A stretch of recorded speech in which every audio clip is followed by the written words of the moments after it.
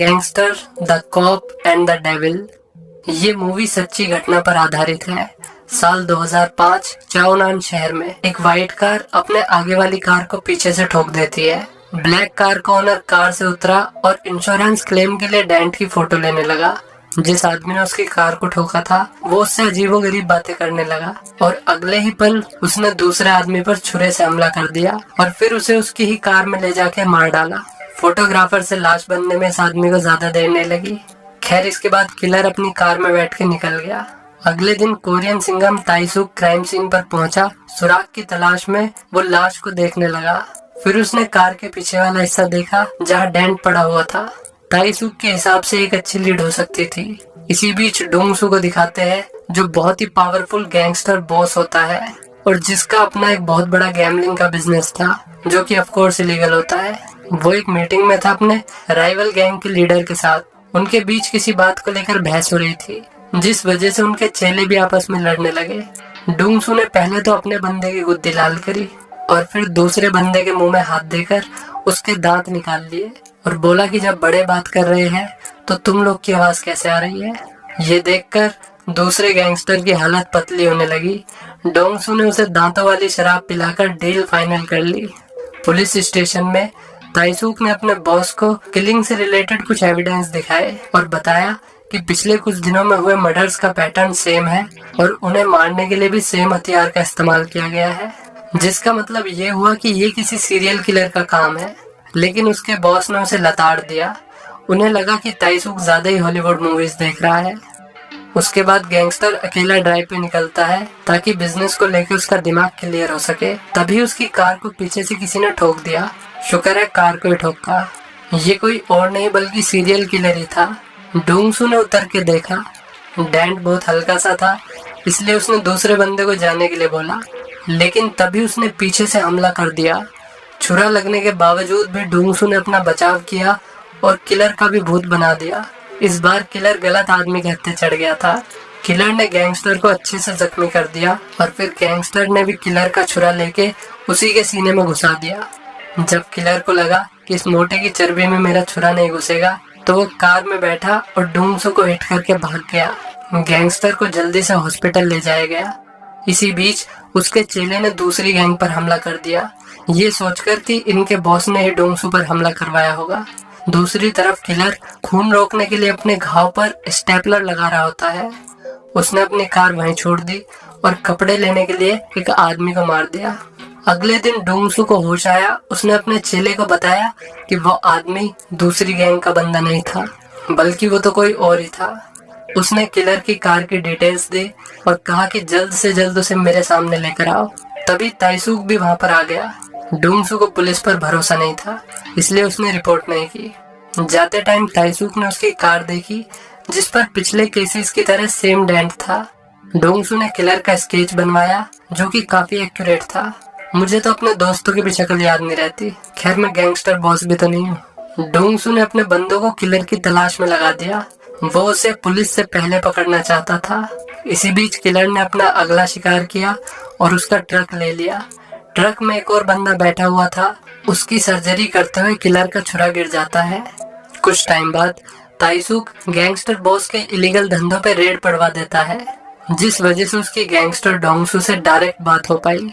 ताइसूक ने उसे बताया कि हमलावर एक सीरियल किलर है। डोंगसू को भी यही लग रहा था, नहीं तो कौन मादर सांड जैसे गैंगस्टर बॉस पे हमला करेगा। इस हमले की वजह से गुंडागर्दी की दुनिया में डोंगसू की रेपुटेशन गिरती जा रही थी, जिसका फायदा दूसरे गैंग वाले उठा रहे थे। इस सब की भरपाई किलर को पकड़ के ही हो सकती थी। डोंगसू के आदमियों को किलर की कार और उसका छुरा मिल गया। कुछ टाइम बाद डोंगसू ने फिर से ताइसूक को अपने घर पे बुलाया। उसने बताया कि एक गैंगस्टर की रेपुटेशन ही उसके लिए सब कुछ है। उसे दूसरी गैंग्स को बताने के लिए कि असली बॉस कौन है। जल्द से जल्द अटैकर को पकड़ना होगा, जिसके लिए उसे ताइसूक की जरूरत थी। उसने पुलिस वाले के साथ एक डील करी कि जिसके भी हाथ डेविल पहले लगा वो उसका हो जाएगा। ताइसूक सोच रहा था कि वो किलर को पकड़ के कोर्ट ले जाएगा, जबकि डोंगसू से कुत्ते की तरह पीटना चाहता था। डील के बाद डोंगसू ने बताया कि उनकी सभी बातें रिकॉर्ड हो रही थी। अब ताइसूक उसे धोखा नहीं दे सकता। डोंगसू ने पुलिस वाले को किलर का स्केच देकर काम पे लगा दिया। डील की वजह से ताइसूक और उसके साथियों को डोंगसू के वेयर हाउस में जाने की परमिशन मिल गई, जहां किलर की कार खड़ी थी। उन्होंने डीएनए सैंपल्स की तलाश करना शुरू कर दिया। इसी बीच डोंगसू ने अपना आदमी भेजा दूसरी गैंग के बॉस को मारने के लिए, जिसे दांत वाली दारू पिलाई थी शुरू में।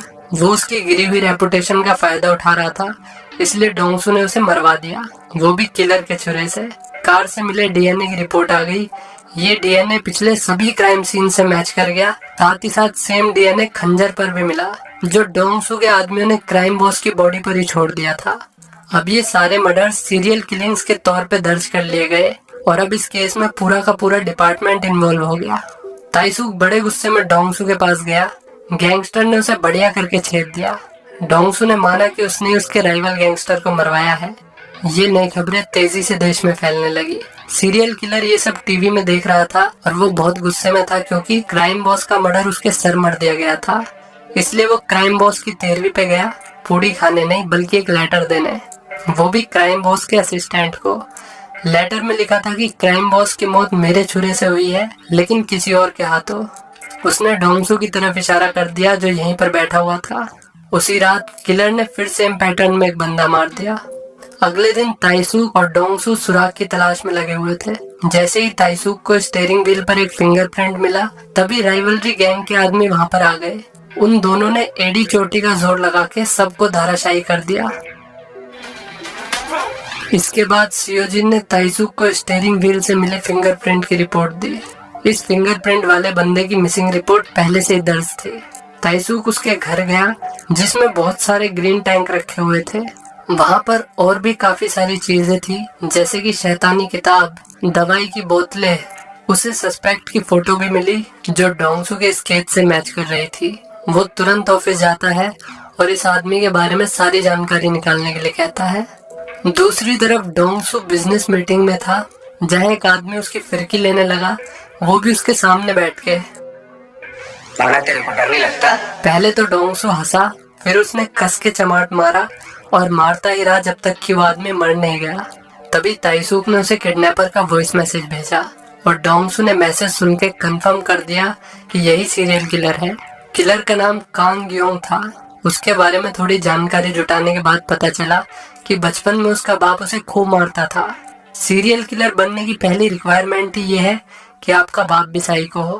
खैर, इसके बाद डोंगसू ने ग्योंग की फोटो सभी में बांट दी और फिर उसकी पूरी गैंग उसे ढूंढने में लग गई। उन्होंने शहर का चप्पा चप्पा छान मारा, पर उन्हें कामयाबी हाथ नहीं लगी। एक दिन डोंगसू बस का इंतजार कर रहा था। तेज बारिश हो रही थी, इसलिए उसने अपनी छाता लड़की को ऑफर करी। पहले तो बच्ची ने मना कर दिया, पर डोंगसू के जोर देने पर उसने छाता ले ली। ताइसूक भी वहां पर आ गया और उस बच्ची से कहने लगा कि तुम्हें अनजान लोगों से सामान नहीं लेना चाहिए, वे बदमाश भी हो सकते हैं। बच्ची ने पलट के जवाब दिया कि मुझे तो आप ही बदमाश लग रहे हो। Savage reply.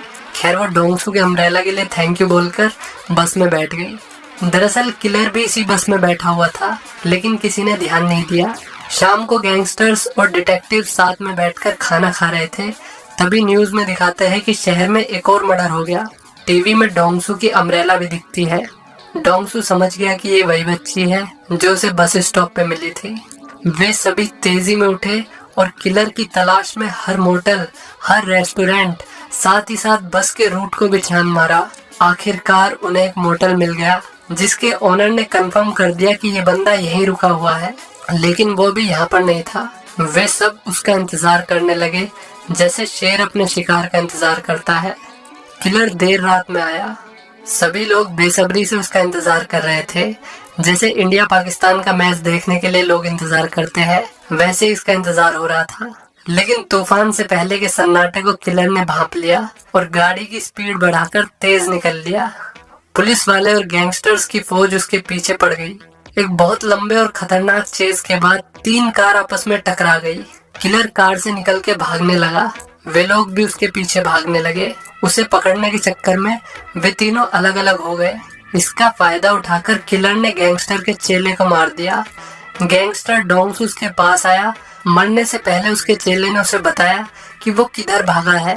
डोंगसू खून के धब्बों का पीछा करते हुए एक कैरियो के बार में पहुंच गया, जहां उसने देखा कि 2 लड़की गाना गाते हुए रो रही थी। वो समझ गया कि किलर अंदर ही है। किलर भी अंदर उसका इंतजार कर रहा था। डोंगसू ने दरवाजा तोड़ दिया और दरवाजे में से ही मार मार कर उसे अधमरा कर दिया। वो उसे चावल की बोरी की तरह खींच के ले जा रहा था। ताइसूक ने उसे आवाज दी पर गैंगस्टर ने उसे इग्नोर मार दिया। ताइसूक समझ गया कि उसे अब कुछ नहीं मिलेगा। डोंगसू उसे अपने वेयर हाउस ले गया। वहां उसने डेविल की खूब चिताई की, लेकिन वो बस बेहाव की तरह हंसता ही रहा। फिर डोंगसू ने उसके टुकड़े करने के लिए फरसा उठा लिया। तभी ताइसूक वहां पर आ गया। कार से टकराने की वजह से गैंगस्टर बेहोश हो जाता है और ताइसूक किलर को अपने साथ ले गया। वो उसे पुलिस स्टेशन ले आया, जहाँ सभी लोग सीरियल किलर को देखकर शॉक रह गए। अगले दिन पुलिस ने डोंगसू के धंधों पर मल्टीपल रेड मारी। दूसरी तरफ पुलिस स्टेशन में पुलिस वाला किलर से पूछताछ कर रहा था। पूछताछ के दौरान साइको एकदम शांत रहा, जबकि ताइसूक को गुस्सा आ रहा था क्योंकि उसके पास किलर के खिलाफ मजबूत सबूत ही नहीं थे। किलर ने केमिकल की मदद से अपने फिंगरप्रिंट भी मिटा रखे थे ताकि उसे मर्डर वेपन से जोड़ा ही न जा सके। वो पहले से इस सब के बारे में सोच के चल रहा था। उसने सेम बातें कोर्ट में दोहराई कि मैं अबला पुरुष हूँ, हम लड़के हैं, हमारे साथ ऐसे ही होता है, मैं निर्दोष हूँ वगैरह वगैरह। जज भी उसे सजा देने में हिचकिचा रहा था। सभी विक्टिम्स की फैमिली यहाँ पर बैठी हुई थी। वे सिर्फ अब न्याय चाहते थे। फिर प्रोसिक्यूटर ने एक गवाह को बुलाया, एक लौता गवाह जो डेविल के हमले से बच गया था, डोंगसू। पिछली रात ताइसूक मदद मांगने के लिए गैंगस्टर के पास गया था।